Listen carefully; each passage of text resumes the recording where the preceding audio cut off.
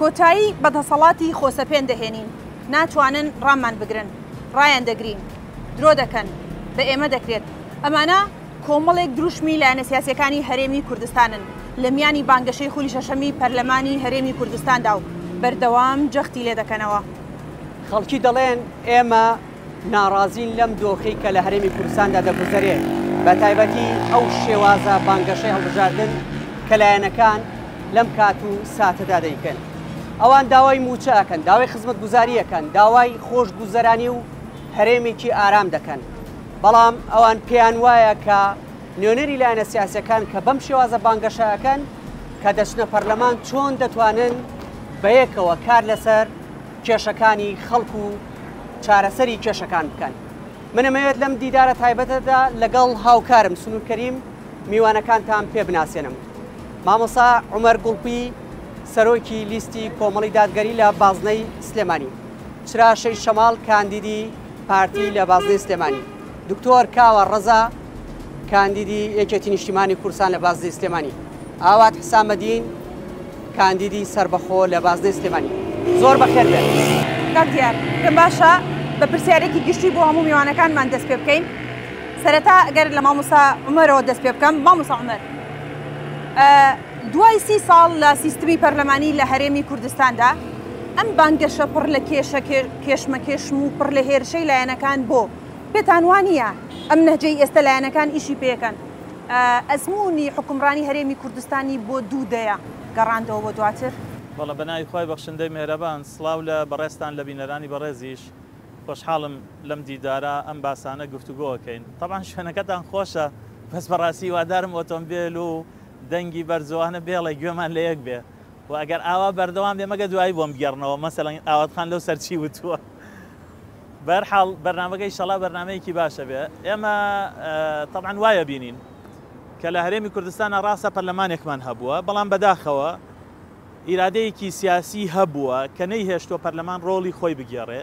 کە نەیهێشتووە پەرلەمان بە ئەرکەکانی خۆی هەستێ ئێمە زانی پەرلەمانی کوردستان سێ ئەرکی هەیە ئەرکی چاودێری ئەرکی یاسادانان ئەرکی دانانی یاسای بودجە پەسەندکردنی یاسای بودجە لە کۆی سێ ئەرک دەسەڵاتی سیاسی هەردوو حیزبی دەسەڵاتدار پارتی و یەکێتی تەنها ڕێگەیان داوە پەرلەمان ممارەسەی یەک دەسەڵات کە یاسادانانە ئەمە یعنی پێمانەڵێ لە هەرێمی کوردستانە ڕاستە پەرلەمانمان هەبوو بەس بەڕاستی سیستمی پەرلەمانیمان نەبووە گوناحە بڵێن هەرێمی کوردستان خاوەنی سیستەمی پەرلەمانی بێ لە کاتێکا لە 2013ەوە یاسای بودجەمان نییە بۆچی یەکێتی و پارتی و حکومەت و دەسەڵاتەکەیان ڕێگە نادان پەرلەمان بە ڕۆڵی چاودێری خۆی هەستێ پەرلەمان یاسای بودجە پەسەندکە چکە بەڕاستی ئەوان دوو حیزبی سیاسین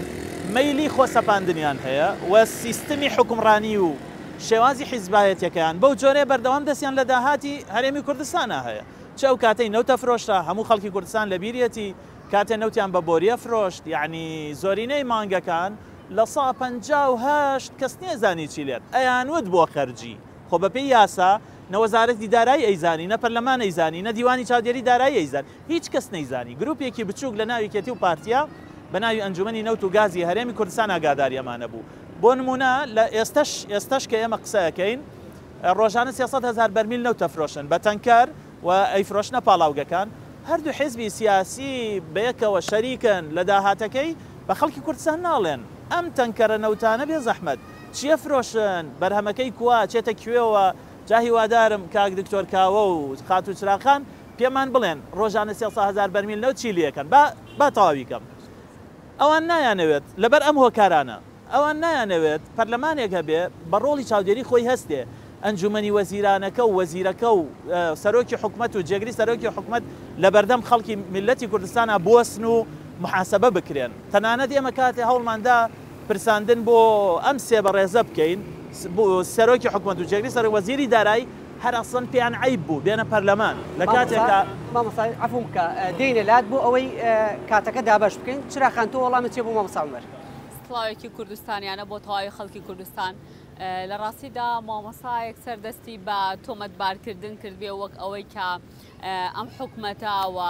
نوێنەری یەکێتی نیشتیمانی کوردستان لێرێ دەتوانێت خۆی وەڵام بداتەوە بەس من وەکو پارتی دیموکراتی کوردستان ناکرێت ئەوەی کە پارتی دیموکراتی کوردستان کردوێتی هیچ نەبوو بێت و نە خزمەت گوزاری کرد بێت و نە پەرلەمانەکە هیچ شتێک نەبوو بێت و پەرلەمانیش قورسایی خۆی هەبووە و بە کاروباری خۆی هەستاوە و هەروەها چەندین وەزیر باڵکراونەتە پەرلەمانی کوردستان و لە بەردەم ئەندام پەرلەمانەکانەوە و هەروەها چاودێری دەسەڵاتی تەنفیزی کراوە بەڵام هەروەها ئەو بەرمیلە نەوتیانەی کە باسی دەکات و ئەفرۆشێت و ئەی خەرجی وەزارەتەکان بەچی دابین ئەکرێ خۆ ئەمە ناکرێتە تەنکەی باخەڵی شەخصەکانەوە بەڵکو هەر لە هەرێمی کوردستانە سرف ئەکرێتەوە بۆ خەرجی وەزارەتەکانە خۆ ئەم هەرێمی کوردستانە کە لە ساڵی 2014 عێراق بوو جۆم و چێ بڕیوە با هەوا ناڕوا بەڕێوە بەڵکو بەو داهاتە ئەڕوا بەڕێوە کە حکوومەتی هەرێمی کوردستان جا داهاتی نەوتی بیا داهاتی نانەوتوی بوو بێ مامۆستایان ڕەحمەتی خوا لێ بوو بێ خۆ ئەمە بەخاوی نەچۆتە گرفانی شەخصەوانێ و هەروە نوێنەری یەکێتی نیشتیمانیش لێرێ دەتوانێت خۆی وەڵامی باتەوە ناکرێت بەڕاستی بڵێن پارتی وڵا هیچی نەکردووە و لە ساڵی 91ەوانەوە ئەزمونێکی تەواو خراپی پێشکەش کردو بەڵکو حکوومەتی هەرێمی کوردستان سەرڕای هەموو ئەو قەیرانانەی کە بەرۆکی هەرێمی کوردستانی کرد بەرامبەر هەموو تەحەدیەکان وەسایەوە توانی تا ئێستا هەرێمی کوردستان لەسەر قاچی خۆی بەسێەوە ئێمە وەکو پارتی دیموکراتی کوردستان بەڕاستی تا دوانەفەس لەگەڵمانەوەی قەواری هەرێمی کوردستانە ئەبین و بەرامبەر هەموو تەحەدیەکان ئەوەستینەوانێ ناکرێت بەڕاستی ئەم تەنکەرە نەوتانەی باز ئەکرێ بەڕاستی دەکرێتە مەسروفاتی وەزارەتەکان و هەروە پرۆژەکانی لێ دروست دەکرێت لە ناو هەرێمی کوردستانە. باشە هەمان پرسیار کە لە مامۆستا عومەر دکتۆر تۆ وەڵامت چیە مامۆستا باسی یەکێتی و پارتی کرد قسەی تۆ چییە؟ بەناوی خۆی گەورە و میهرەبان زۆر سپاس ئاوڕێی گیان یعنی هەر هەمومان دوژمنی یەکترینین ئێمە منافسی یەکترین لە سەر ساحەی سیاسی هەرێمی کوردستانە کۆمەڵی دادگەریش بەشێک لەو بەشداری هەبووە لە حکوومەتی هەرێمی کوردستانە بۆ نمونە چی؟ بۆ نمونە لە حکوومەتی هەرێمە وەزارەتانە ئێمە لە کابینەی نۆ ئۆپۆزیسیۆن بووین لە کابینەی هەشتیز لەسەر موچە بڕین و گەندەڵی کشاینەوە یعنی چی بکە؟ مەساڵحی خۆتان مامۆستاگیان کشاونەتەوە ئێستش ئەگەر دڵنیا کام مەسلحەت مەسەلا ناتینە دەرەوە باپیر نەوی دەگەر سەلامیەکمان لێ بکەنەمە یەکەمین کەسی نەچینە حکوومەتەوە دکتۆر کاوە ببوورە بامە قسەکەم تاوەکەم قسەم پێ نەبڕیتوانە بۆیە هەمومان وەکوتم ئێمە منافسیەکین ململانێکەری یەکترین تۆمەتبارکردنی هەر یەکەمان بە شتێکی نامەنتقی و ناواقعی لە ڕاستیان ناشرینکردنی ئەوانی ترمانە مەسەلەی حملەی هەڵبژاردن و ئەو گڕوتینەی کەتیایەتی و ئەو حەماسەتەی کەتیا دروست بۆ من لە هەموو وڵاتێکی دنیاە هەیە و ئێمە زۆر جا پێڵێن تای هەڵبژاردن چونکە من کاتێک هاتوومەتە هەڵبژاردنەوە منافەسەی منافسەکانمەکەم حەقی خۆمە کۆمەڵێک دروشم بەکار بێنم کۆمەڵێک پرۆژە ڕابگەێنم کۆمەڵێک کار کە بکەم کە من ئەنجامی دەم کارێک بەرامبەرەکەم بۆ نمونە قەسف بکەم بە شێوەیەک لە شێوەکان ببوورە قسەکەت پێ بڕم ئەمە زەرەر لە یەکڕیزی نێوماڵی کورد نابات و یعنی وەکۆی وتمان کورد و دێ ناباتە دوای خۆی بە تایبەتی لەو ئەزمونە تاڵی کە لە ڕابردوودا بەداخەوە لە هەرێمی کوردستان لە نێوان لایەنەکان دروست بوو شەڕی ناوخۆ بوو هاوڕێژیان ئەمە ئەگەر ئێمە بە تایبەتی میدیا نەتوانانی مامەڵەیەکی تەندروستی لەگەڵا بکەین بەرەوەڵا زۆر جا بەرەو شەڕی ناوخۆمەوە ئێمە پێشتریش کۆمەڵی قەڵەم بۆ کۆمەڵی میدیای چەواشەکار هاتن کۆکارێک بوون بۆ ئەوەی شەڕی ناوخۆ دروست بێ بەڵام من باوەڕم نییە شەڕی ناوخۆ لە کورسانە جارێکی تر دروست بێتەوە چونکە ئێمە شەڕی ناوخۆمان تێپەڕان بە هەموو حیزبەکانەوە بە کۆمەڵی ئیسلامیشەوە کە سەردەمێک بەشێک بۆ لە بزوتنەوەی ئیسلامی بە پارتی دیموکرات و بە یەکێتی نیشتیمانی کوردستانیشەوە ئێمە ئەزمموی شەڕمان تاقی کردەوە تایە سەرکەوتو نەبوون و میلەتەکەمان زەرەری کرد و ئێستا لە ئەزمموی ئاشتیان ئێمە ئاسایە ململانەی یەکتری بکەین لەسەر هەر ئاستێک بەڵام نەگاتە فیشەک و نەگاتە تەقەکردن بۆیە هەر کاتێک بگاتە تەقەکردن بە جدی پێ بڵێم یەکێتی نیشتیمانی کوردستان هەرگیزا و هەرگیز لەگەڵ بەکارهێنانی هیچ جۆرە تونوتیژیەک نییەک لە مەسەلەی هەڵبژاردنە و ئەم بانگەشانەی کە ئاکرێ زۆر ئاسایە هەندێک جار هەیە بەرەو ئاقارێکی توندیش بڕوە بەڵام گرنگ ئەوەیە ئێمە تووشی پێکادان نەبین و کەرامەتی یەکتری نەشکێنین و زیان لە کاریزماکانی یەکتری نەدەین و مێژووی یەکتری وێران نەکەین چونکە دوادار دوژمنەکانمان ئیسفادە لەم دەستخۆش ئاوات خانجەنابێت کە کاندیدی سەر بەخۆیت لە دەرەوە لەوانەیە وەزعەکە ببینی ئەم ململانێت توندەی نێوان لایەنەکان ببینی چۆن وەزعەکە بینی خوێندنەوە چێ بۆ وەزع پێشێکی سپاس بۆ کەناڵ جوانەکەتان فوادەنگی ئەمریکا و سپاس بۆ هەموو بەشداربوان و ئەوە هاوڕێ خۆشەویستانش طبعاً ئێمە بە شێوەیەکی شارستانێتی ئەو جۆرەی بانگهێشتە نابینین بە شێوەیەکی شارستانی چونکە لە هەموو وڵاتێک کە بانگهێشتا ڕاستە ڕەخنە لە کارەکانی یەکترە گرن کەسێک حزبێک لە حزبەکان کارەکەی باش نەکرد بێ یان هەڵەیەکی کرد بێ لە بەڕێوەبەرایەتیکردنی ئەو وەزارەتەیان ئەو شوێنە پۆستەی کە هەیەی. بەڵام وایە لە لای خۆشمان زیاتر هجوومەکان لەسەر شێوازی کارکردنەکەیان بێت. زیاتر توندوتیژەکە لەسەر پێشکەشکردنی پرۆگرامەکەیان ببووە لەم 4 ساڵە ئەم حزبە چی کردووە، چۆن خزمەتی هاوڵاتیانی کردو، چەند معمەلی کردێتەوە، چەند ئیشی دەستی هەڵی دەست، چەند تواناسازی بۆ گەنجان، چەند ژنی دامەزرا، یعنی ئەبوایە زیاتر لەسەر ئەوە بێ نەک بە شێوەی زمانێکی تند و زمانێکی ڕق و بە شێوەیەکی وەکو شەڕی بینی ئەم بانگێشتەیە. بەڕاستی ئێمە دژی ئەو جۆرە بانگێشتین، ئێمە لەگەڵ زمانی خۆشەویستی ئاشتی پێکەوە ژیان یەکتر قبولکردنین. یەک کۆمنتم هەیە بۆ هاوڕێی بەڕێزم مامۆستا ئەحمەد، من لەگەڵ نێوپێشەکی وتەکانیم، بەڵام ئەو سێ خاڵی کە بۆ پەرلەمانی دانابوو من خاڵێکی کەی بۆ زیاکەم، ئەویش لژنەی چاودێری لێپرسینەوە. ئێمە 32 ساڵە حکوومەتین، تا ئێستا ئەم دەوڵەمەندترین وڵاتین لە دەرهێنانی یاسا، بەڵام تا ئێستا یاساکان تطبیق نەکراوە. ئێمە بێ خاڵێکی کەشی بۆ زیاکەین مامۆستا عەمەری بەڕێزەویش ئەوەیە، یعنی معاقبە تعقیب و سزا بزانین تا چەند ئەو یاسایانە تطبیق کراوە، تا چەند تطبیق کراوە. من لەو بڕوایم لە 5 لە 4 یاساکان تا ئێستا تطبیق نەکراوە. بەڵێ ئەم ناکۆچەی کە هەیە کاریگەری نەبێت لەناو لە ئیشکارەکانی پەرلەمانی کوردستان بۆ ئەوەی بتوانێت کە کار لەسەر کێشەکانی خەڵکی بکرێت. ئۆکیەی کە هەیە دوو جۆرە، جۆرێکیان لە نێوان لایەنەکانی دەرەوە یەکێتی و پارتی لەگەڵ ئێمەوە کۆمەڵی دادگەری و لایەنەکانی تری ئۆپۆزیسیۆن، ئەمە بەردەوامە بێ، ئەمە درێژەی هەیە، ئەمە جیاوازی ڕوئیایە، ئەمە نیشتیمان پەروەریە، ئەمە دڵسۆزیە بۆ خەڵکی وڵات. یعنی من ناتوانم تەنازل کەم لەوەی بڵێم دەقەی چێکە با یاسای بودجە نەبێت 10 ساڵی تر و 20 ساڵی تر و فەرمولێ خوڕە چۆن داهاتی هەرێمی کوردستان بۆ خۆتە بیت و بۆ کۆمپانیاکە دەبێت بەردەوام بە. من ناتوانم بڵێم کاکە یەکێتی و پارتی ئادەی حکومەتەکەتان و قەینا بەردەوام بە سندوقی شێر 5 میلیارد دینار تیا دەرهێناوە قەیناکە عەفووکە. من ناتوانم بڵێم کاکە قەیناکە نەوتە فرۆشن و دیاریش نییە داهاتەکە. لەبەرەو ناکۆکی ئەمە ناکۆکیەکی جەوهەریە لەگەڵ لایەنەکانی دەسەڵات، لە پێناو سیستمایە، لە پێناو یاسایە، لە پێناو دامەزراوایە، لە پێناو ئەوەیە کە ئێمە پەرلەمانێکمان هەبێ بەڕاستی مەرجەعی باڵای خەڵکی کوردستان بێ. کەس جورئەتی ئەوە نەکا دەرگاکەی داخات، کەس جورئەتی ئەوە ناکە بە ئارەزوی خۆی درێژی کاتەوە. خۆ کاکە هێشتا کۆن نەبووە، چەند نزیکەی ساڵێک لەمەوە پێش ئەم بە ڕێزانە بەیەکەوە لەگەڵ هاوپەیمانەکانیان لەناو هۆڵی پەرلەمانە بە چەپڵە ڕێزان تەمەنی پەرلەمانیان درێژ کردەوە. ئێمە یاری مناڵانەیە، ئێمە ناتوانین ئەم یاریانە لەگەڵیانە کۆک بین، ناکۆکە بین لەگەڵیانە هەتا ئەو کاتەی ئەم وڵاتە خێنەوە سەر ڕێچکەی سیستم و یاسا و نیشتیمان پەروەرێتی و پاشان کاک دیان ئەم بە ڕێزانە هەردووکیان کاک دکتۆر کاوە و خات و چراخان وتیان تۆمەت. من دوو سێ پرسیاری سادەیان بۆ بەجێڵم با لە کاتی خۆیان وەڵام بگەنەوە. بەس پێمان بڵێن ڕۆژانە 300,000 بەرمیل نەوت بە پاڵاوگە و بە تەنکەرە فرۆشن داهاتەکەی چەنە؟ یعنی چراخان لە وەکیلی پارتی و مەسرور بارزانیەوە با بڵێن نەدا بە خەڵکی سنووری بازنەی سلێمانی، تەنها بە خەڵکی سنووری بازگەی سلێمانی بڵێت ڕۆژانە 300,000 بەرمیل نەوتە فرۆشین داهاتەکەی چەنە وەکیلیەکەن. ئەمە خاڵی یەکەم. خاڵی دووەم با کاک دکتۆر کاوە لە ڕێگەی جەنابی کاقوبات تاڵەبانیەوە بەس پێمان بڵێ ئەو 10 ساڵ جێگری سەرۆکی حکومەتە هەموو داهاتی سلێمانی لەبەردەسا بووە، بۆ نەیتوانی چەند کیلۆمەترێکی کەمی ڕێگەی کەلار دەربەنی خان زەڕایان تەواوکە، کاکە بۆ نەیتوانی 4 قورنە تا دوکان تەواوکە، کاکە لەوەش کەمتر بۆ نەیتوانی 2 کیلۆمەتر ڕێگەی نێوان پێنجوێن باش ماختەواوکە بۆ زانیاری کاک دیار، بۆ زانیاری بەڕێست و هەموو بینەرانیش 1 دینار داهاتی سلێمانی ناچێتەوە هەولێر، هەر هەمووی لەژێر تەسەڕوفی کاملی یەکێتی و لە ڕێگەی مەسوولە ئیداریەکانەوە لە سلێمانی لەژێر دەسەڵاتی ئەوە. پرسیارەکان زۆر باسی نەوتی کرد، باسی نەوتی کرد لە نیو خولە دڵنیا بە بەس پرسیارەکان زۆر سادە بوون. بە کاتت پێ بەخشم کاک دیاری حەزەکەی من هەر قسە ناکەمەوە، دوو پرسیاریکە زیاد دەکەم. ئەم حکوومەتی ئەم دوو بەڕێزە پلەبەرزکردنەوەی 360,000 مامۆستا و فەرمانبەریان ڕاگرتووە، مافێکی یاساییە بۆ ڕایانگرتووە. باشە چراخان باسی نەوتی کرد وەڵامی مامۆستا بەرەوە بە ڕۆڵی ئۆپۆزیسیۆن بوونی خۆتان هەڵنەساوە. من پێم وایە سیستمی سیاسی لە هەرێمی کوردستانە تا ئێستا ئۆپۆزیسیۆنێکی تەندروستی نەبووە کە لەبەرەی خەڵک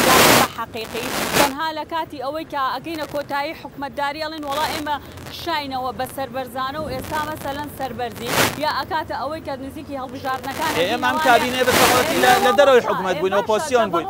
کابینەی پێشوش لەسەر لێبڕینی موچەک شاینەوە ئێوە چەند ساڵە بە ڕۆڵی ئۆپۆزیسیۆنی خۆتان هەڵنەساون خۆ ئێمەش دەزانین هەموو سیستەمێکی سیاسی پێویستی بە ئۆپۆزیسیۆنێکی تەندروستە خەڵک هاتە سەر جادە 100 مەتر لە دووری ئێرەوە ئێوە گەنجی وڵاتەتان ئێوە چی بکەلەوە چەکداری یەکێتی و پارتی بەرپرسیارن لە خوێنی 22 کەس تەماشا چراخان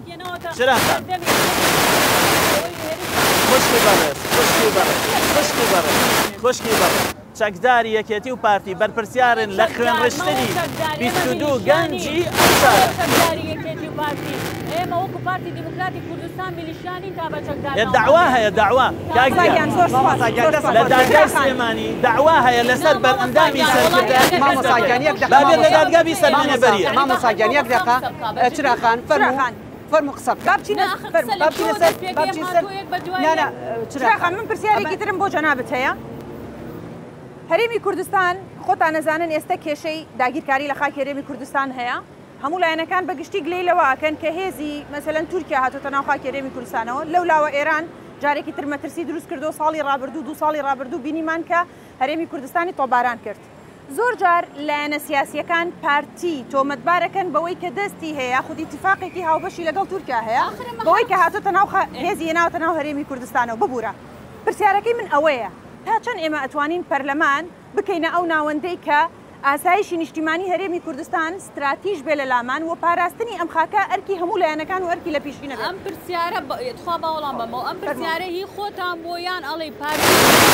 کێ ئاگای لێ بۆ مەسەلەن ئاوا پێشی لەشکری جەندرمەی تورکیای گرتووە و هێناوێت یا خەمە قسەیەکی زۆر نامەنتەقیە ئەوە بۆ حکومەتی عێراقە ئێمە بەپێی دەستور لە چارچێوەی حکومەتی عێراق داین بۆی هەیە ئەو حکومەتی عێراقی کە میلیشاکان بەڕێوە ئەبن نێڵێت هیچ هێزێک بێتە ئەوەندە توانای بەهێز بێ نێڵێ هیچ هێزێک نە هی ئێران و نە هی تورکیا داخلی سنووری ئێمە ئەتوانین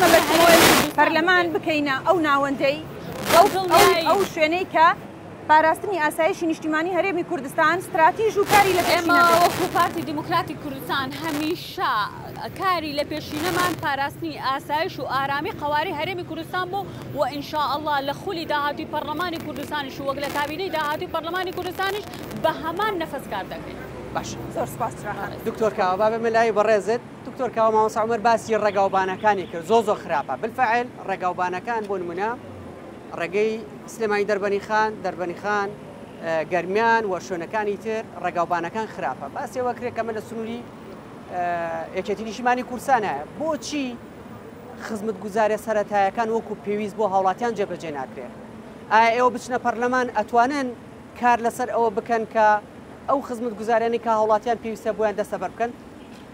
ئەوڕێ گیانەزانی چییە؟ حقیقەتێک هەیە ئەویژەوەیە ئێمە نایشارینەوە لەوەی بەشێک لەو کەم و کورتیانەی کە لە حکوومەتی هەرێمی کوردستانە هەیە لەسەر ئێمەیەوە کۆی کە بەشدار بووین لەم حکوومەتەیە بەڵام مامۆستا عومەر وەکۆی لە کەوکەبێکی ترابژی لە ڕاستیە من دڵنیام مامۆستا عومەر و حیزبەکەی مامۆستا عومەریش ئەگەر لە پەرلەمانی کوردستاندا هێندەی ژمارەی کورسیەکانی یەکێتی و هێندەی بەشداریان لە حکوومەتی هەرێماوە یەکێتی بواە لەوە زیاتری پێ ناکرا و من دڵنیاشم مامۆستا عومەر ئەگەر 20 کورسی پەرلەمانیش بێنێ ناتوانێت ئەوە بکاکە لە بانگەشێڵ بژاردنا بانگەشەی بۆ کات و ئەم کورسانە بکاتە شامی شەریف من یەک پرسیار لە مامۆستا عومەرەکەم ئایا دەسەڵاتی جێگیری سەرۆکوەزیران کاخوبات کە 8 مانگ بایکۆتی ئەنجومەنی وەزیرانی کردووە ئەو دەسەڵاتە بۆ کە لای سەرۆکوەزیران هەیە ئایا دەسەڵات لای وەزیرەکان ماوە ئەسڵن ئایا هەرێمی کوردستان بەرەو دەسەڵاتێکی مرکزی ئەمنی نەڕۆیشتۆ بە تایبەتی لە 4 ساڵی ڕابردووە وەڵام بەمەوە بۆ زەمان قسەکانم تاوە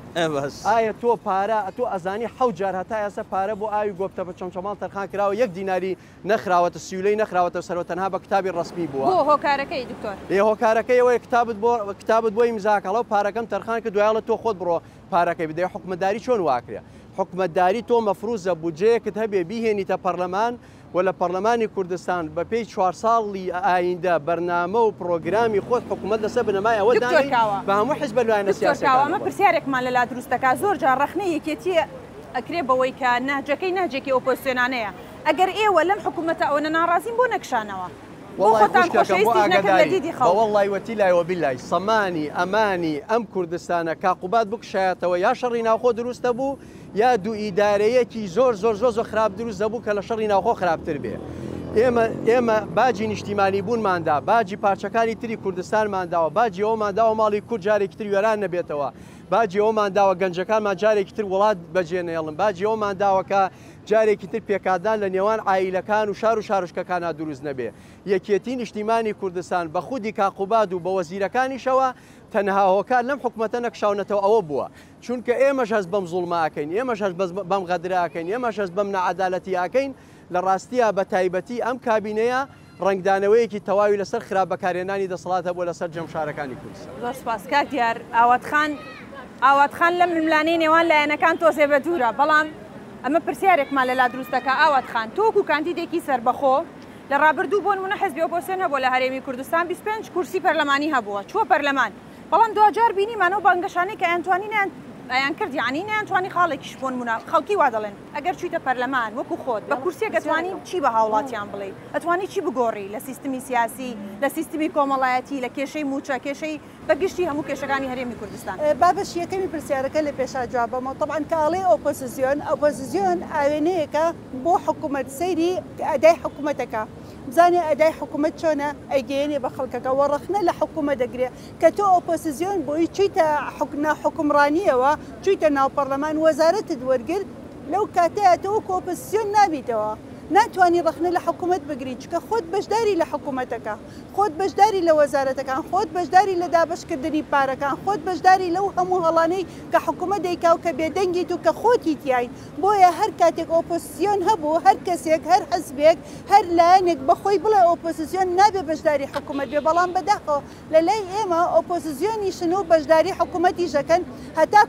کۆتای حکوومەت هەتا ساڵ و نیوێ کە زیادەش ڕۆیشتووە هەر بەشداری حکوومەتیان کردەوە هەر شەریک بوون لە سامان و لە داهاتی ئەم وڵاتە و بە خۆشیانەڵێن ئۆپۆزیۆن. بۆیە ئێمە من وەکو خۆمەکو ئاوات حسامەدین کاندیدی سەربەخۆی ژمارە 194 لە ناو پەرلەمانی کوردستان کە بڕۆم بە ئۆپۆزیۆنیە مێنمەوە. ئێستا من چۆن لە 2011 بۆ 12 من کاری خۆبەخشانەکەم و بە هیچ شێوەیەک ڕازیش نەبووم کە من 3 شەهادەم هەیە ئەمتوانی لە یەکێک لە شەهادەکان تایید بۆ تعین نەبووم و یەکەم کەس بووم کە لە وەزارەتی ئەوقاف جەنابی بەڕێز وەزیری ئەوقاف بە منی وت کە بەڕێبەرایەتی دەیەمێت تعین دەکەم. طبعاً من وێنەری خۆبەخش بووم، یەکەم کەس من ڕەفزم کردەوە چونکە حەزم کرد هەر بەسەر بەخۆی بمێنمەوە، بۆیە پەیمانە دەم بە گەلی کوردستان کە بە هەر بەسەر بەخۆی بمێنمەوە. بەڵێ خوایە کۆمنت بۆ دکتۆری بەڕێزاڵێ ئەگەر ئێمە ناوخولەیە بە چ بەڵگەیەک دکتۆرجان دوای ڕەحمەت لێبێ یەکێتی نیشتیمانی کوردستان ئاخر لەکوێی دنیا هەبووە بە ڕۆژ لەناو حکومەتابی بە شەو ئۆپۆزیسیۆنی دواتر قەی چێکە خۆ دنیا ئاخیر نابێ با یەک جار حکومڕانی پارتی دیموکراتی کوردستان ببینرا و ئێوەش ببوونایەتە ئۆپۆزیسیۆن لەکوێ بینتانە ئێوە تا بیر مەحقول چییە لە کۆتاییاڵی ئێمە بشێتەوە لەکوێ دروستکراوە ئێمە ئاینەری ئێوە ئەو ڕۆژانی تەنکەرەکان بەکەلارە ئەڕوا ئەی حکومەت هێرێمی کوردستانە حکومەت هێرێمی کوردستان نەبوو دوو جار پارەی سلەیمانی بڵێن کەلار دەربنی خانی کرد کە ڕێگەی مەرگە پارەکەی چی لێ بەوەرەقە نەدرا پارەکەی خوراوە لوش دراوە حەبە لوش دراوە مامۆستا دەستان خۆش بێ ئەمانەی ڕای یەک دوو هاوڵاتی وەربگرین کێ لە ئێوە ئامادەیە فەرموو بابێتە ئێرە ئەتوانن پرسیارەکەت ئاراسی کێەکەی فەرموو فەرموو ئەلێوە بۆسە فەرموو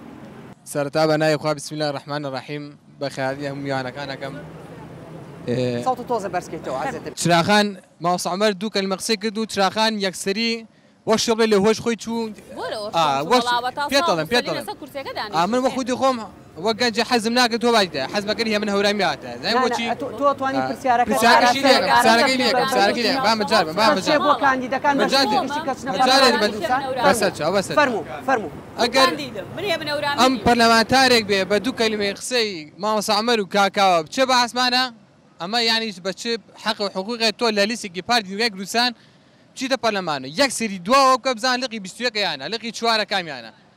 چی بیرەخاتەوە چی بیرەخاتەوە وڵا ئەوەی کە بە لقی 4 پارتی دیموکراتی بگورە پرسیارەکەی شوباتمان بیرەخاتەوە سەربانەکانمان بیرەخاتەوە ئەمە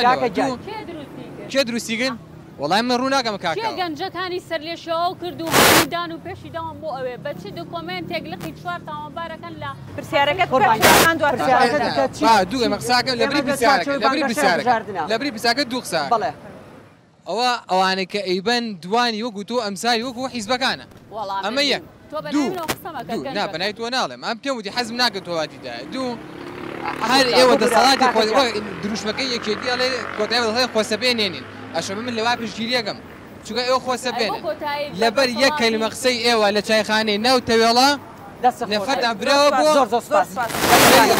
نەفەردان براوە بە سەی ڕەش لەبەر ئەوەی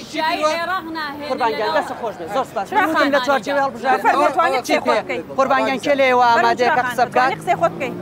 کێ ئێوە ئامادەیە تۆ قسێکەیە فەرمۆ گەر بێت تێرە بەڵام پرسیارەکە تکە لە چوارچێوەی ئەوە بێ تۆکۆ هاوڵاتیەکی قسێک تێ بۆ کاندیدەکان کە چنە پەرلەمانی کوردستان داوا چیە لیان من حرمەتمەیە بۆ هەموو کاندیدەکان زۆر بەڕێز و ڕێستان لێگرین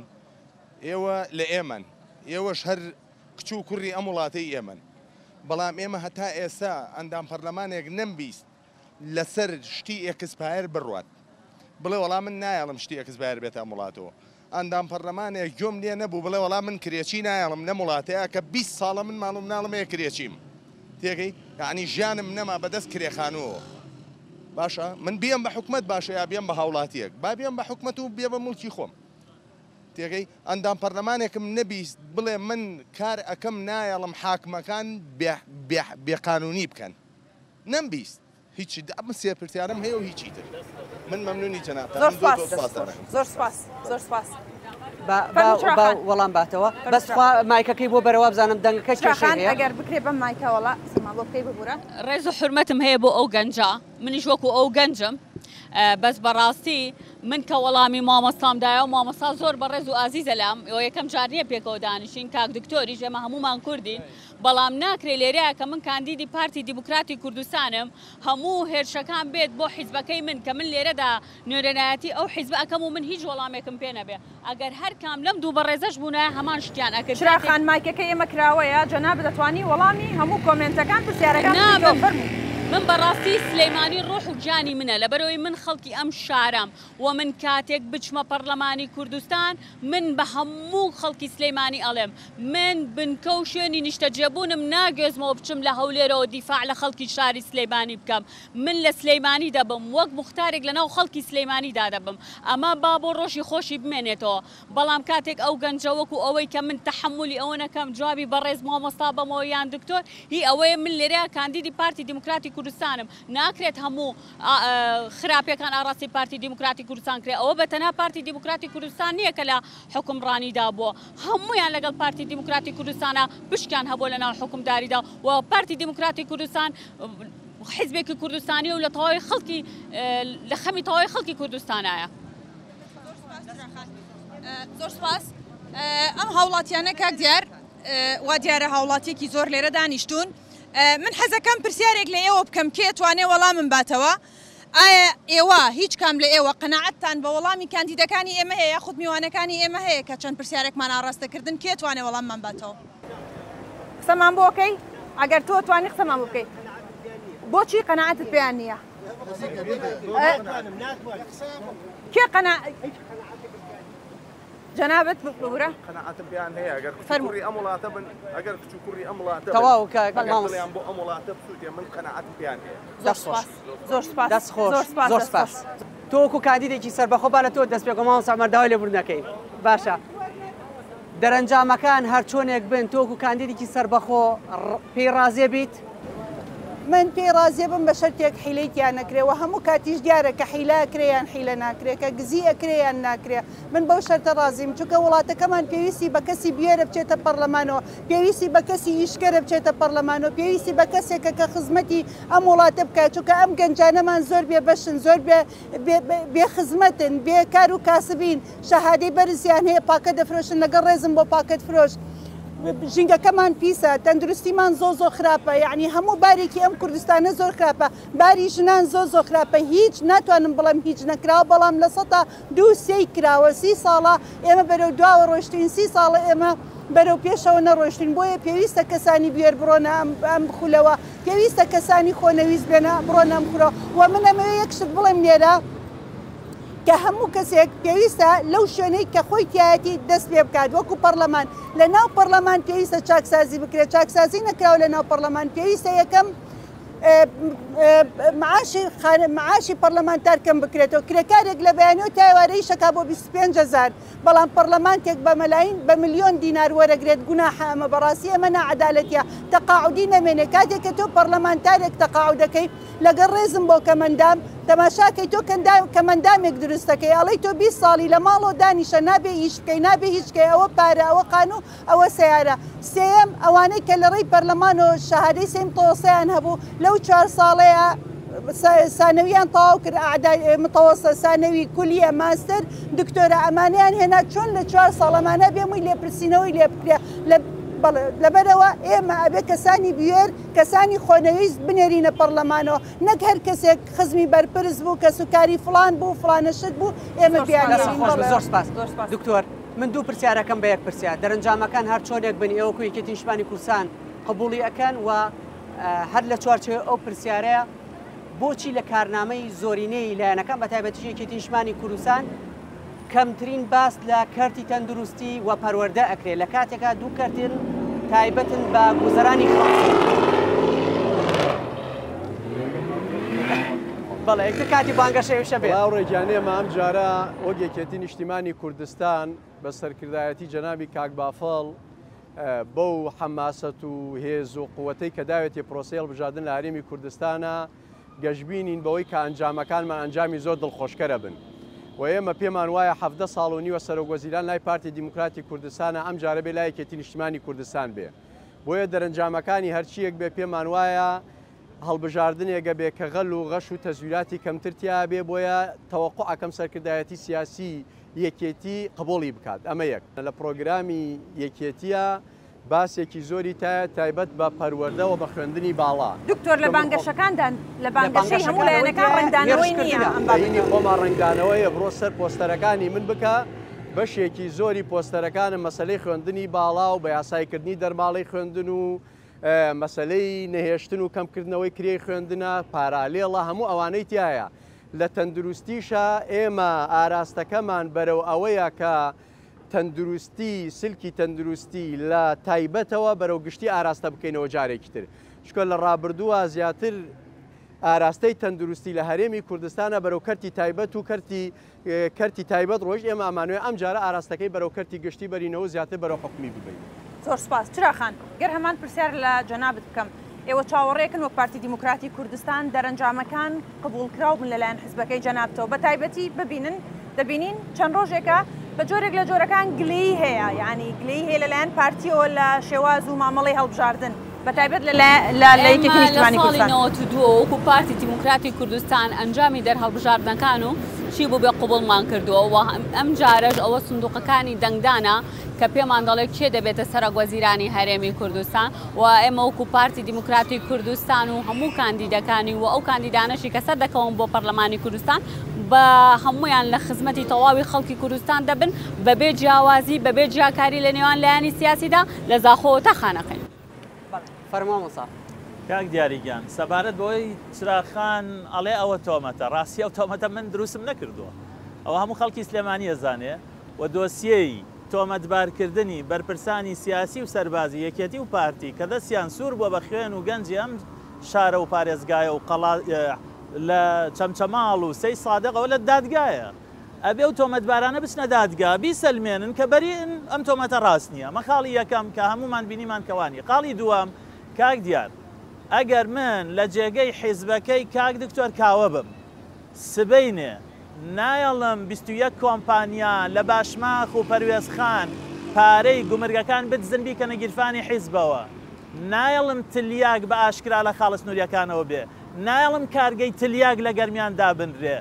نایەڵم سلێمانی نەخۆشخانەکانی بەتاڵ ببنەوە لە دەرمان و پێداویستی پزیشکی بەڕێزە دەزانی خەڵکی سلێمانی ئەزان نەخۆشخانەی شارچی لاتووە دوێنێ نەخۆشێک چۆ بۆ لایەن وتوێتی کاکە نەشتەرگەریەکم بۆ بکەن وتوانە 2 مانگی کە بۆ تەکەین سەرەتیە یاکەوابێ کەرتی تەندروستی خراپە هەروێران بۆ نەک خراپە وتوانە 2 مانگی کە نەشتەرگەریەکەت بۆکەین ئەوەش بە 1,5 میلیۆن هەمان ڕۆژ هاتووە لە نەخۆشخانەیەکی تایبەت نەشتەرگەریەکەی کردووە بە هەمان پارە بابە نەخۆشخانە نەما لە وڵاتە ئەم بینایە لە بەڕێستەوە دیارە ئەم تاوەرە گەورە ئەمە مەکتەبی حکومی بۆ ڕوخاندیان کردیان بە بینایەکی بازرگانی ئەوە بەرپرسانی حیزبەکەی کاک دکتۆر کاوە بوون هەرم ساڵ 85 دۆنم زەوی قوتابخانە و پەروەردەیاندا بە کۆمپانیایەکی بازرگانی بۆ دروستکردنی یەکەی نیشتەجێ بوون هەر وەزیری حیزبەکەی بەڕێزی کوڕەکەی لەسەر شاستیەکە بینایەکی دە 15 قاتی بەرز کردوێتەوە یاسا ڕێگەی نادا بابە من دەسەڵاتدار بم چۆن ڕێگە ئەدەم کاک دیار لە شاری سلێمانی مانگانە 120 میلیارد دینار داهاتی ناوخۆیە گریمان 120 میلیارد نییە بە پێی سایتی شەفافیەتی جێگری سەرۆکی حکوومەت 80 میلیارە تەنها 40 میلیاری بۆ پێداویستیەکانی فەرمانگەکانە 40 میلیارد دیناری مانگانە زیادە من لە جێگەی ئەو بەڕێزانە بوومایە لە شاری سلێمانی بڕیاری ئیداری و سیاسی و دارایی سلێمانیم لەدەسا بووایە هەموو مانگێ بەو پارە زیادەیە 5 ئەندەرپاسی وەکو ئەوی فاروقم دروستە کرد هەموو مانگێ 2 جار جادەی کەلار دەربەنی خانم تەواوە کرد ئاوی چەمچەماڵم تەواوە کرد بەس بە تەنها پارەم دەمانگە 1 دیناری نەچۆتەوە هەولێر بۆ موچەش خەرج نەکراوە با پێمان بڵێن چی لێکە کە تۆ بڵێت بەڵگە چییە مەسەن لەسەرەوەی کە پارە نەگەڕاوەتەوە بۆ دکتۆر کاوە پارەیە من مەسئولم لەوە دکتۆر کاوە پرسیاری ئەومان لەلا دروستەکە قسەکانی مامۆستا عومەر ئایا ئەم پارەی ناچێتەوە خەزێنەی حکوومەت یاخۆت یەکێتی بە تەنیا سەربەخۆ مامەڵی پێواکە ناچخشکە چۆن ناچێتەوە خەزێنەی حکوومەت پارە چێتەوە خەزێنەی حکوومەت دووش کا عومەر ئەزانێەوە دەرپاسانەی کە باسی قسەی وەزیری دارایی سەرۆکی حکوومەت ئەو زێوانە دروستکراوە کە دراوەتەوە مستثمیرانە و لەوێ ئەم ئەندەرپاسانەی لێ دروستکراوە 15 میلیارد و 200 میلیۆن هینمان داوەتە دەرماڵی خوێندکاران و نۆژەکردنەوەی بەشار ناوخۆیەکان ئەم پارانە لەکوێوە هاتووە لە سەردەمی ئێمە ساڵونیوە حکوومەتمان لابووە دەرماڵی خوێندن سلفەی عقار سلفەی خانوبەرە سلفەی کشت و کاڵ بژانەوەی پرۆژەکان هەر هەمووی لە توان ناسازی خوێندکاران هەمووی لە ساڵونیوەکە لە سەردەمی ئێمە یا بووە ئەی کا عومەر بۆ باسیێوانە ناکە تەنها و تەنها ئەو کاتە لە بەغاوە پارە خۆتۆ خۆ لە حکوومەتەکەی دکتۆر کاوە ئەو کاتە بوو پارە لە بەغداوە هات بالفعل لەوەتەی یەکێتی و پارتی لە ڕێگەی هەژماری منەوە کێشەیان بۆ یاسای بودجەی حکوومەتی عێراقی دروست کردووە بالفعل ئەمە حاڵی ژیانی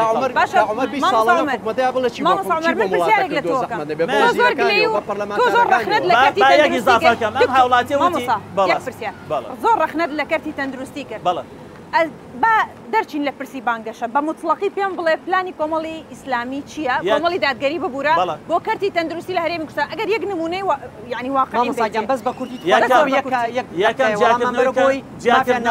یەکەم جیاکردنەوەی کەرتی تەندروستی و گشتی لە یەکتری دووەم لە بواری عەمەلیدا دووەم بەکردداری دووەم دەعمکردنی نەخۆشخانەکان هەرێمی کوردستان پارەی نییە باشە ئێستا بەڕێوەبەراتی گشتی تەندروستی سلێمانی 15 میلیارد دینار قەرزاری کۆمپانیەکانی دەرمانە بۆ نایدەنەوە یعنی سلێمانی پارەکانی چی لێت با ئەوانەی بەرپرسن لە پارە و چەک لە سلێمانیا پێمان بڵێن داهاتی ناوخۆ چی لێەکەن تاوەکو پیان بڵێن وڵا ڕاستەکەن پارە نییە بۆی نەخۆشخانەکان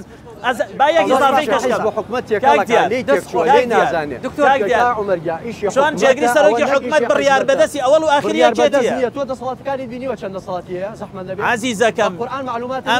ئەمەی منەڵێ معلوماتی سەرۆکی حکوومەت و وەزیری دارایی 1 دیناری داهاتی سلێمانی ناچێتەوە هەولێر ببورن هەفتەی پێشوو بەس بە کاتی ئەوان یەک دقەیە گەڕێمە بۆلات یەک دقە گەڕێم بۆلات بینە لای چراخان طبعاً تەوتین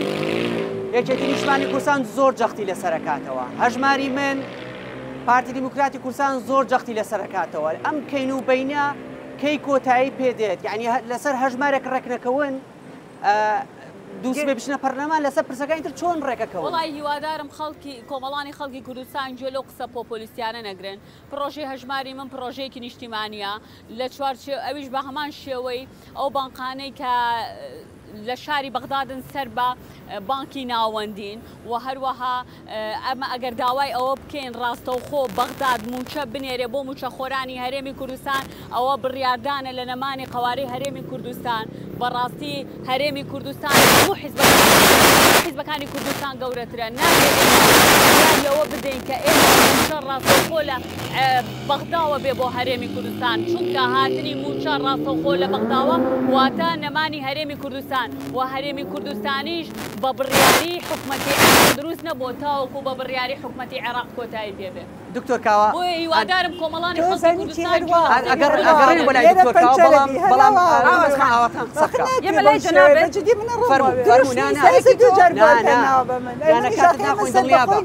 چاوانین بەسەر هەمویانەوە ئەوان زۆربەی بوو بە وەڵامکاری ینی تۆ دروشمی سەرەکیت لەم هەڵبژاردنە لە بژاردننی خولی شەشەمی پەرلەمان جیاکردنەوەی دینە لە دەوڵەت. ئایا دروشمەکە دروشمێکی قورس نییە کە بتوانیت تەحەدای هەموو لایەنەکان لە ناو پەرلەمانی هەرێمی کوردستان بکەیت؟ هەرچی کەناڵەیە کە مقابلەمەکە باسی دینەکە لەگەڵ من طبعاً کاڵەی جیاکردنەوەی دین لە دەوڵەت من ڕێز لە هەموو دینێک لە هەموو کتابێکی پیرۆزی دینەکان لە هەموو شوێنکەوتوان و کەسایەتی دینەکانەگرم بەڵام کاڵەی جیاکردنەوەی دین لە دەوڵەت با بڵێن ئێستا کێک حکومەکە لە بەغا شیعە حکومەکەوە نییە باشە سنە حکمی شیعی بەدڵە نەخێر سنە و شیعە لە بەغا چەندیان لەیە کوژوان نییە ئەگە بێیتە سلەیمانی خۆتا ئێستا کێ حکمی کردووە سەیدە شێخە هەمووی موسڵمان حکمی کردەوە نییە یاساکان هەمووی موسڵمان نووسیانێتەوە نییە باشە لە سلەیمانیش چیمان هەیە کەس نەزانمان هەیە قادری ئەحمەدی عەلەوی چیترمان هەیە نەقشبەندیمان هەیە ئەمانە هەمووی ناکرێ یەکێک لایەنێک حکم لایەنەکانی کە ڕازی نابن بۆیە یەک دقت خوا با پرسیارەکە با پرسیار نەنە یەک بەس یەک دقە ئەگەر بێت و ئێمە یاسایەکمان هەبێت چەتر بێ بەسەر هەموو دینەکان چەتر بێ یاسایەکە بەسەر هەموو دەوڵەت بەسەر هەموو نەتەوەکان بەسەر هەموو زمانەکان بەسەر هەموو مەزهبەکان ئەو وڵاتە وڵاتێکی پێشکەوتووە بێ ئێستا سەیر کە ئێران دین حکومەکەوەنە سیر کە ئەفغانستان دین حکومەکەوەنە سەیری بەریتانیاکە یاسا حکومەکە بەریتانیا کە پێڵێن ئومەت الئومەم نەتەوەی نەدایکی هەموو نەتەوەکان ئیسلامیەک مەسیحیە کریسیانێک بوزیەک وەکو یەک محکەماکە وەکو یەک معاملاکرێ بەڵێ ئەتوانی ئەم ڕائیەی خۆت یعنی قەناعەت بەلایەنەکانی تریش بکەی بڵێ ڕایەکەی من جێگیرە بێ لە پەرلەمانی هەرێمی کوردستانە من دڵنیا بە ئاواتی منەوەیە جیاکردنەوەی دین لە دەوڵەتە بەڵام ڕێز لە هەموو دینەگەگرم ئەمە عیلاقەی بەوە نییە کە تۆ دینە قبوڵیە نەخێر من دینم قبوڵە چونکە من پێویستم بە دەوڵەتێکی موسساتیە بە دەوڵەتێکی یاساییە یاسا باشە گە جەنابێت تۆ قبوڵەکەی کە یاسا ئەگەر بێت و کریسیانێک حکومتکانە با من یەک نمونە ببوورە یەک نمونێنمەوە لە حکوومەتەکەی مەلیک مەحموودی نەمێت باشە کاتێکە لەگەڵ ئینگلیزەکانە شەڕی کرد چۆ لای برا موسڵمانەکانی بەڵام لەو کاتەیە کە تووشی نەهامەتیەکە بوون کە تووشی گرانیەکە بوون کێ لە هانای شعبەکە هادەخۆ شعبەکە موسڵمان بوو کەریمی عەرەکە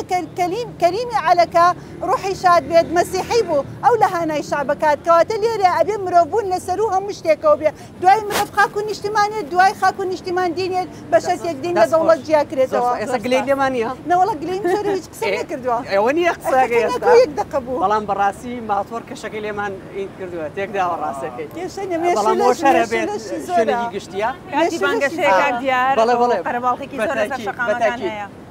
چراخانەوە بزانم مافی تۆم نەخواردووە دکتۆر کاوە باسی قەوتین و هەژماری منمان کرا و کاتە چراخان قسەی خۆی لەسەر کرد بەڵام ئەمەوە ڕای تۆش بزانم وڵای ئەو ڕێگیان ڕێزمەیە بۆ خوشی عزیزم چراخان ئەژماری من ئەژماری کاک مەسرورە لە ڕاستیە ئەژماری کاک مەسرورە و ئەژماری نیشتیمانی هەموو کەسێک گەزانێت وە کاک مەسرور خۆشی ئەزانێ و جەنابیشت ئەیزانی ئیشەڵا لە دوای هەڵبژاردنەکانی بیستی دەوە ئایبینی ئەنفال و کیمیاباران و تعریفکردن نییە کیمیابارانیە تۆ کاک مەسرور کە سەرۆکی حیزبەکە دێستا پرۆژەیەکی نیشتیمانیە وەزیرەکانە زۆربەی وشیار زێباری هەیەی هەموویەتی بۆ حکوومەتی هەرێم خوارێ هەرێم گروپە چەکدارەکانتان ئەوەیە باسی کاک مەسرور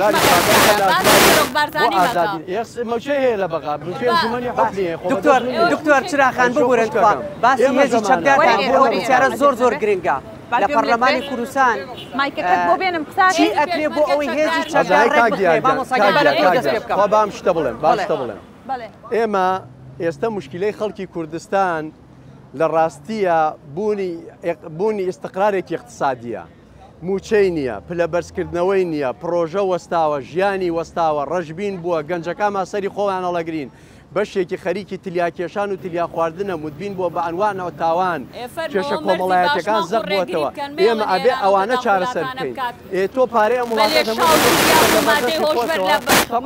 لە حاجۆمەرانەکەی تۆیە خوشکەکەی ملایەمەوە گەل زۆر لە هەژماری من گرنگترە گەل زۆر لە پارە گرنگترە پێویستە پارەی گەل لە کاتی خۆیان لە ڕێی بەغاوە بنێرێ بەڕاستی ئێمە ژۆکو ئەوە کە دژی ئەم بابەتین دژی هەژماری منین یعنی لەگەڵ هەژماری منە بەڵام گرنگەوەیە گرمێ مەعاش لەبێ کاکە تاوکو مەعاش وەرەگرێ قەرزەیە مانگی دووەم و سێم قەرزەکانێتەوە خەڵک نەخۆشی هەیە خەڵک قوتابی هەیە خەڵک بێدەرامەتە کار و کاسبینیە بۆ خەڵک گەنجان نەمووی چوونە دەرەوەی وڵات مامۆستا چی ئەکەن لە پەرلەمانی کوردستان بۆ هێزی چەکدار ڕێکخرێ یعنی چەند ساڵ ئەم گرفتە هەیە بەڵام تخوا مامۆستا هێزی پێشمەرگە ببورن مەبەستمان بە هەموو هێزە چەکدارەکان بە شێوەیەکی گشتی هەر بە کورتی ئەوەی کارتی تەندروستی تاوکەم بۆی بزانین سوێرانەیەەکە هەفتەی پێشوو نەخۆشێک خوشکێک لە چەمچەماڵ هێنراوە بۆ نەخۆشخانەی لەدایک بوون لە سلێمانی تا بەیانی چاوەڕێی کردو بەیانی کە پزیشکەکان هاتوون پێیان وتە پێویستت بە نەشتەرگەری هەیە بەڵام داوای لێبوردنەکەین دەزووی دوورینەوەی نەشتەرگەریمان نییە لەگەڵ بەنجی نەشتەرگەری ئەمە حکوومەتی یەکێتی و پارتیە دوای 32 ساڵ 20 ڕۆژی تۆڵەکردنەوەی لە حکوومەتێک کە ئەوە تەندروستیەکەیەتی با کاک دیاری بۆ قسەت لەگەڵ بکەم هەتا وەکو یەکێتی و پارتی بەم قووەتەوە دەسەڵاتیان بشکێ بەسەر هێزی چەکدارە هێزی چەکداری نیشتیمانیمان بۆ دروست نابێ 20 ئەبێ خەڵک بچێت بەشداری هەڵبژاردنکە دژی یەکێتی و پارتی دەنگ بدا بۆی ئێمە بتوانین سیستەمێکمان هەبێ هێزی چەکداری تیا کۆ بکەینەوە هێزی چەکداری نیشتیمانی کە یاسا حکومیکە نەوەکو مەکتەب سیاسی یەکێتی و پارتی هێزی ئاسایشی نیشتیمانیمان هەبێ لەژێر دەسەڵات یەکێتی و پارتیان نەبێ دژە تیرۆری نیشتیمانیمان هەبێ دەستگای هەواڵگری نیشتیمانیمان هەبێ هەیە وڵاتە بە یاسا حکومکە نەوەکو یەکێتی و پارتی هەرەوەی کە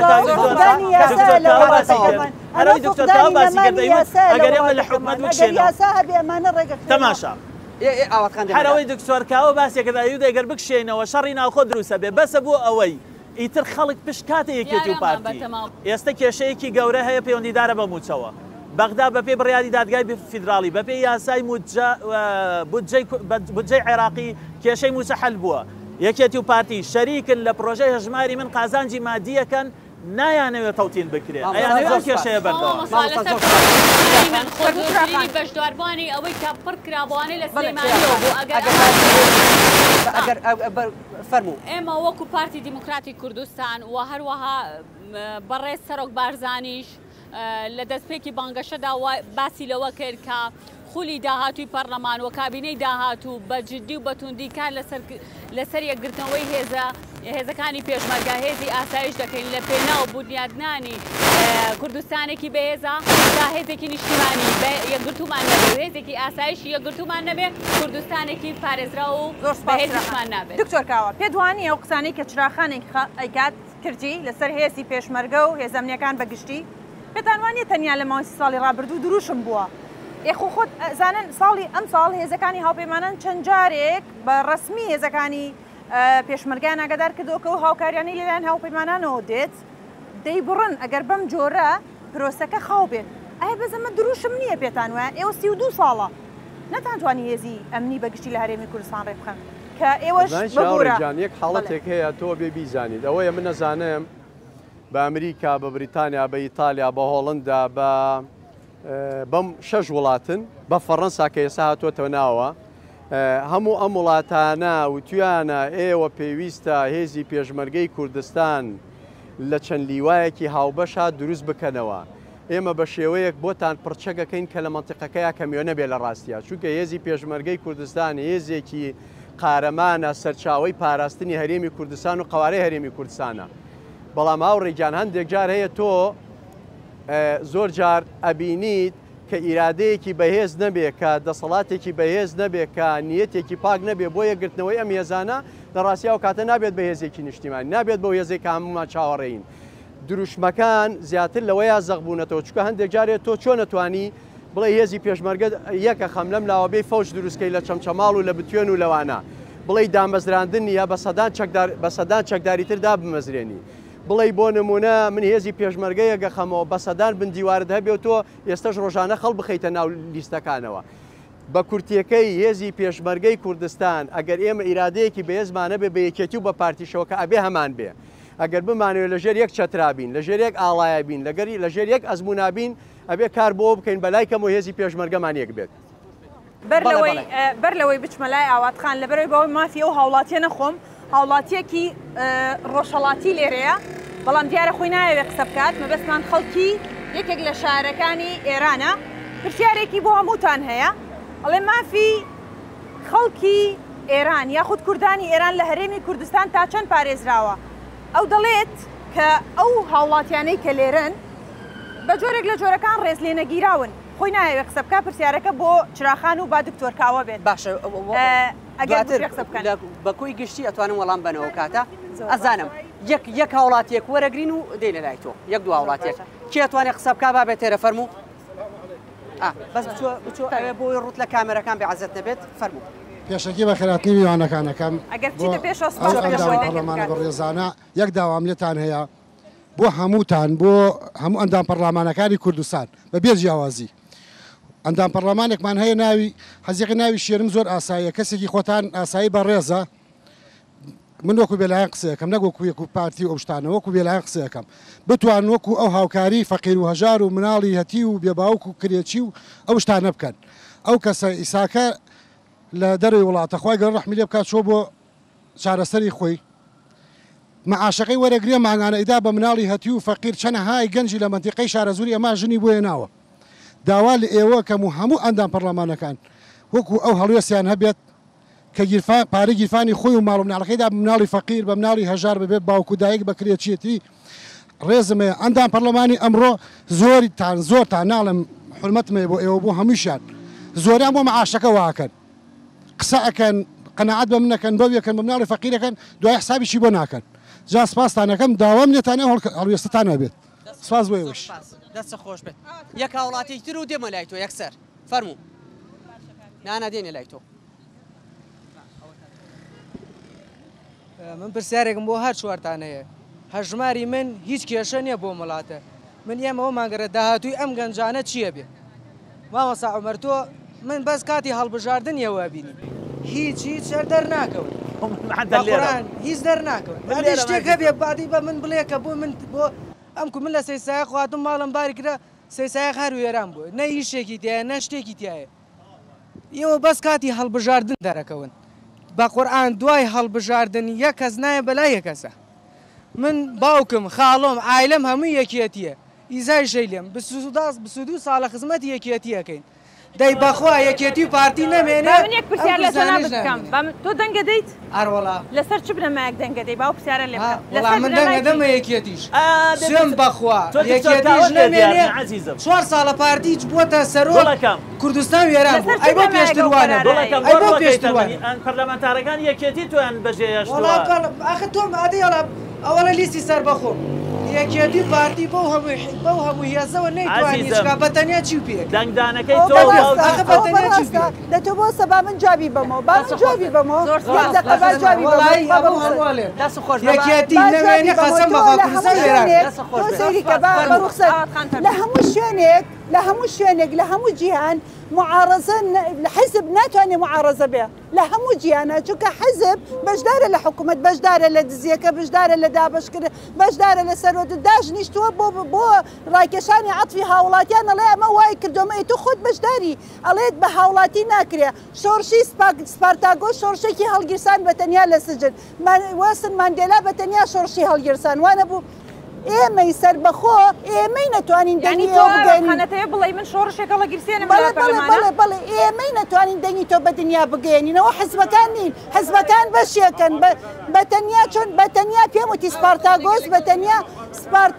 بەتەنیا شۆڕشێکی هەڵگیرسان ئەوەی ئێمەین کاتێ حکوومەت مافەکانتان دابین نەکە ئەوەی ئێمەی نەیگەێنین بە مەحکەمەی لاهای ئەوەی ئێمەی نەیگەێنین بە UN ئەوەی ئێمەی نەیگەێنین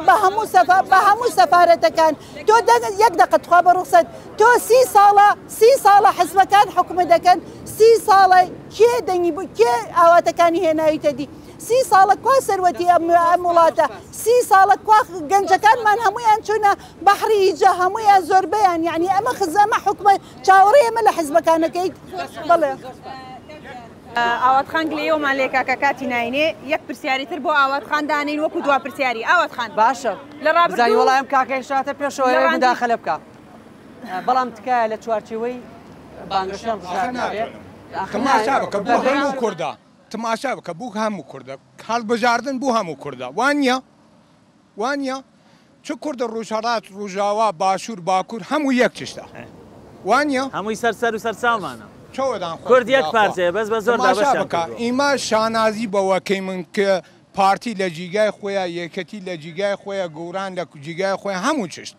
خۆ ئیمەی مافمان هەیە لەناو ئەو هەڵبژاردنە مافمان هەیە تەبعەن ئیوەش ئەزانین خۆدان هەموودان سیاسین هەموو چشتەکان بە جیگای خۆی بە شێوازە خۆی ئەزانین چییە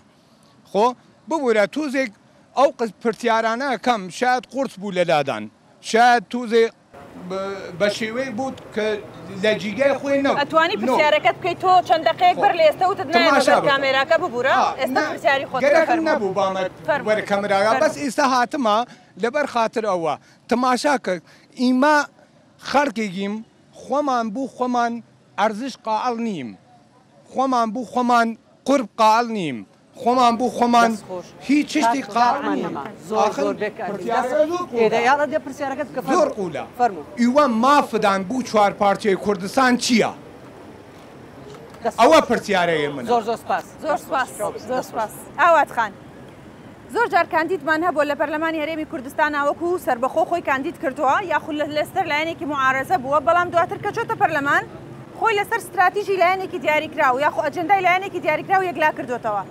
تۆ گەرنتی چێ دەیبات دەنگدەرەکانت بۆی کە سپێ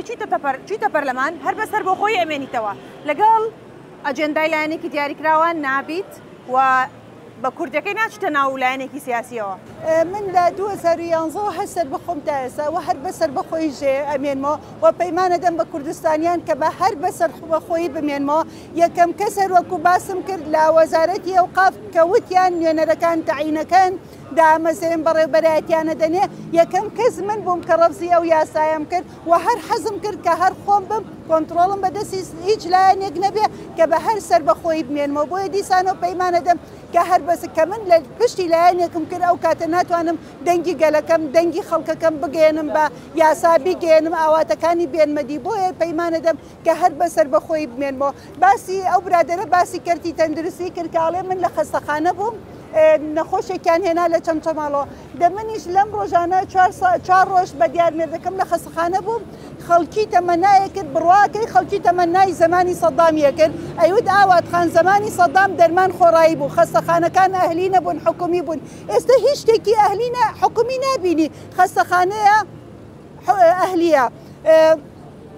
مەکتەبە ئەهلیە هەم هیچ شتێکی حکومی بەڕاستی لام سەیرە ئێمە وڵاتێکی دەوڵەمەنین پڕە لە سەرخانە و ژێرخانە بەڵام شتی حکومیمان نییە بەداخەوە ئەبێ مڵکی حکوومەت بگەڕێتەوە بۆ حکوومەت زۆر سپاس ئاواتخان پێم وایە تۆ وەڵامی هاوڵاتیەکەشت دیایەوە ئەگەر لە دکتۆرکاوە چراخان مامۆسا عومەر بپرسین وەڵامی پرسیاری هاوڵاتیانمان بنەوە لە ماوەی کورتترین ماوە لە بەرەوەی کە کاتی بەرنامەکە وەڵامان بنەوە سپاسانی کاتمان نەما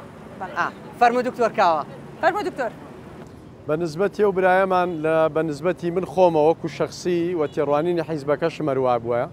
چکە یەکێتی نیشتیمانی کوردستان کاڵەی یەکێتی نیشتیمانی کوردستان کەواتە کوردستان یەک بەشە و نابێ بە 4 بەش بەڵام بەداخەوە ئێمە کۆلۆنیایی جیهانی و هەروەها داگیرکەران ئێمەیان کردو بە 4 بەشەوە سنوورانیان لە نێوانە دروست کردوین و ئێمە هاوڵاتیانی پارچەکانی تری کوردستانیش ئەو پەڕی ڕێز و تەقدیرمان لێگرتوون و زۆربیان لێرە ئاژین کار و کاسبیەکەن و متمانەشمان پێیانەکە ئەوانش ئەم وڵاتە بەشێکە لە خۆیان باشووری کوردستان لەگەڵ ڕۆژاوای کوردستان و باکووری کوردستان و ڕۆژەڵاتی کوردستانە فەرقی نییە بەنسبەتی ئەو برادرە وڵای من پێشتر عەمید بووم امتیازاتەکەم هیچی کەمتر نەبووە لە پەرلەمانتاری لە ڕاستیە بەڵام کاتێککە یەکێتی و حیزبەکەم کاندیدی کردوم ئیستیقالەم کردووە لە پۆستی عەمیدیەکەم کە پۆستێکی بێمنەتر بووە زیاتر خزمەتیشم کردووە و ئەوانەشی منە ناسن ئەزانن چەند خزمەتی گەنج و خوێندکاران و خەڵکم کردووە و بنسبەتی ئەو برایەشمانەوە کە باسی خێری کرد هەندێک جارێ خێر ناکرێ بوترێ من هەمیشە بەر لەوەی پەرلەمانتاریش بم دەست و دڵم بۆ فەقیر ئاوەڵا بووە ئەوەنە ئیمکانێتمە بۆ هاوکاری خەڵکی فەقیرم کردووە بەڵام من بە کپی کردومە و لە شەوی بارانایی و لە شەوی تاریک و لە شەوی بێدەنگ و لە کاتی بێدەنگانداوە بەخەڵ نەبێم ئالانی بکەم ماشیای پەیامی خۆت لە ماوەی یەک دقیقە سپاس دەکەم ئەگەر وەڵامەکەش ئەتوانی وەڵامی وڵا بۆ ئەو گەنجە خۆشەویستان نازانم لێرە ماوەیاننا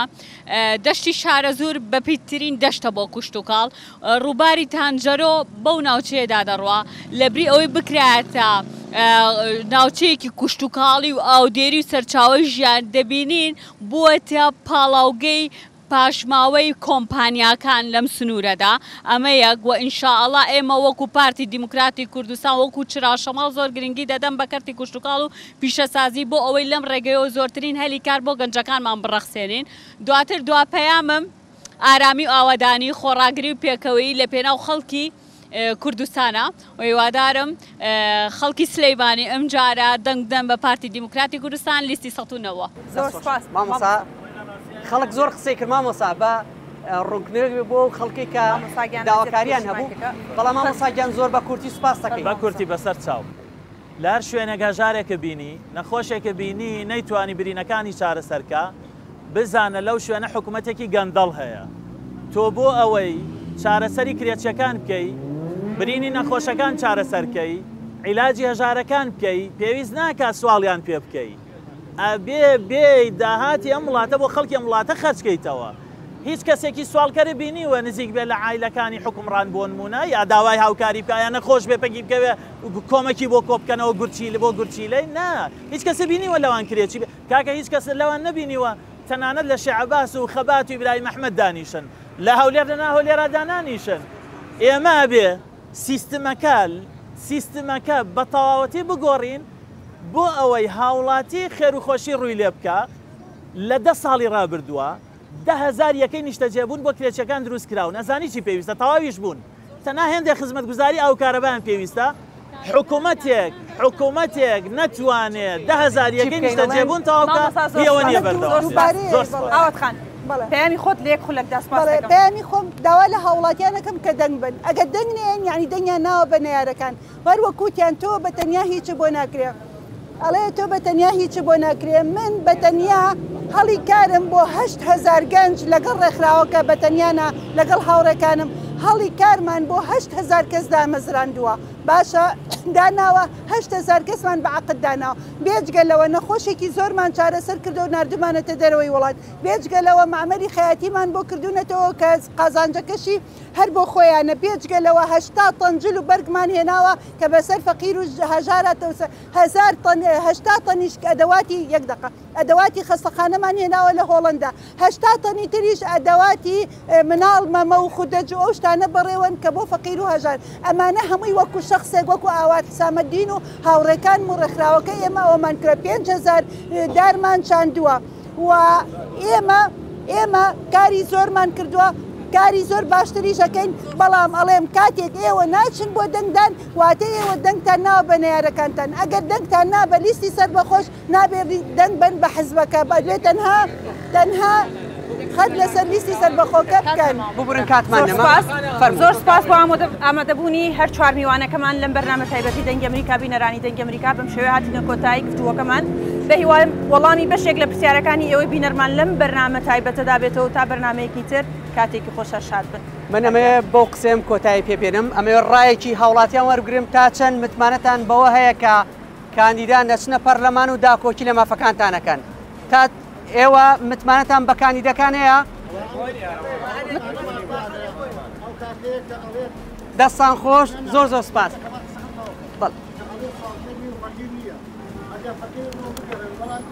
حکوومەتی یەکێتی و پارتی خەڵکی کردووەتە سوال زۆر عزیزم بینەرانی ئەمریکا تاوەکو دیبەیتێکی تر بەخواتان ئەسپێرنی و خواتان لەگەڵ هەر شاد سپاس